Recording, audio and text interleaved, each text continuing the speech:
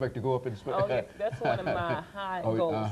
That's really one of my high goals to actually work for, obtain. And the only person that can stop myself is just only me. And that's one thing. I always have that goal of actually towards NASA, going towards NASA. So I can't wait to obtain it.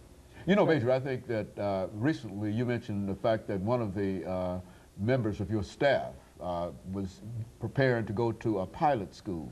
Let's talk about that. I would imagine that there are so many young people who might be watching this show this morning and who might be encouraged by the fact that they might be able to fly one of those large airplanes. I mean, what would they have to do in order to become involved in flying one of those airplanes? Well, they would have to meet all our standards that I discussed earlier, and they would actually have to be on contract with us. They have to decide they're going to be an officer in the Air Force first, and then later on we can compete them to be a pilot.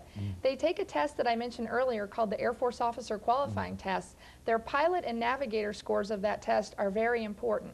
They also take another test called the Basic Attributes Test, which is done on a computer, but it tests your hand-eye coordination. There are four things. The third thing is the commander's ranking. That is about 50% of the pilot categorization. Are they a good cadet? Do they come to fundraisers? Do they come to class every week? Do they come to the little things that nobody might want to do? Do they volunteer?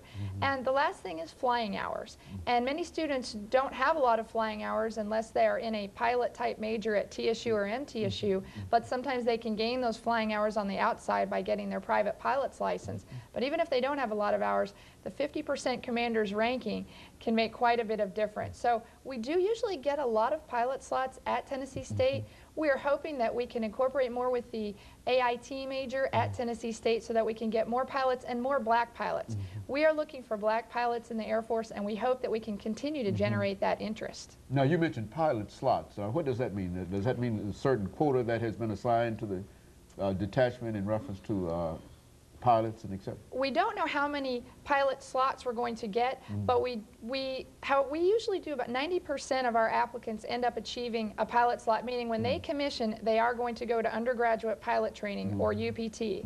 And that training is about a year long, and then they find out what type of aircraft they're going to fly, and they go on there for more specialized training. And of course, Cadet Johnson, when they complete this successful Air Force enlistment, they can also come back into civilian life and use the skills that they've gathered there. Is that what we're saying? Yes, sir. We actually have a 4-year commitment in the United States Air Force, and after 4 years, the companies are there to grab you because they really want those engineers, those managers, those people who have the leadership qualities, and those are the Air Force people. So after 4 years, your 4-year commitment, you can actually get out and people actually grab you. The companies want you. For me, I probably would take this as a career, go probably 20 to 30 years or so like that. So that's my goals and aspirations.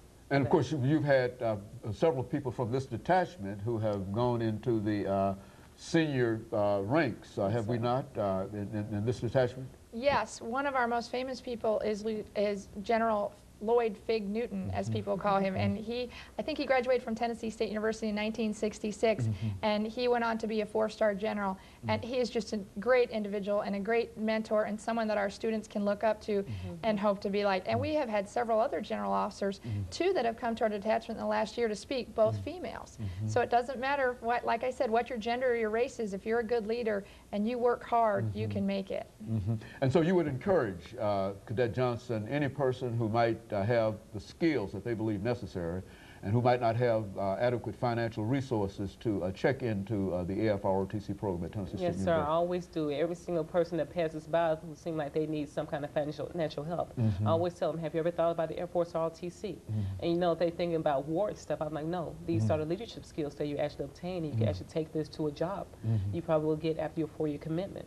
I mean, these scholarships are there laying on the table for you. You have to just go out there and get it. And that's what this scholarship has helped me out a lot, because right now, my friends, they're looking for jobs. I already tell them I already have a job waiting for me upon graduation, and that's one thing I'm proud about. And plus, you're getting about $400 a month, too, is it? Yes, sir. Which also helps out. That's one thing that actually helps out. Put in savings. That's the biggest thing. Invest the money, because as I go on active duty, that money will be there, and that's what I love. And so, Major, during the last 20 seconds here, what we're saying here is that they come in, they get a free scholarship, they get money to go with that, and then after that they're promised a job, and et cetera, and et cetera. And so that's about the best deal on any college campus, I would imagine. Is that true? Yes, and we encourage people to call 963-5931 if they're interested too. And thank you, the two of you, and let us encourage our audience to tune in again next week for another informative edition of Comments. Thank you and good morning.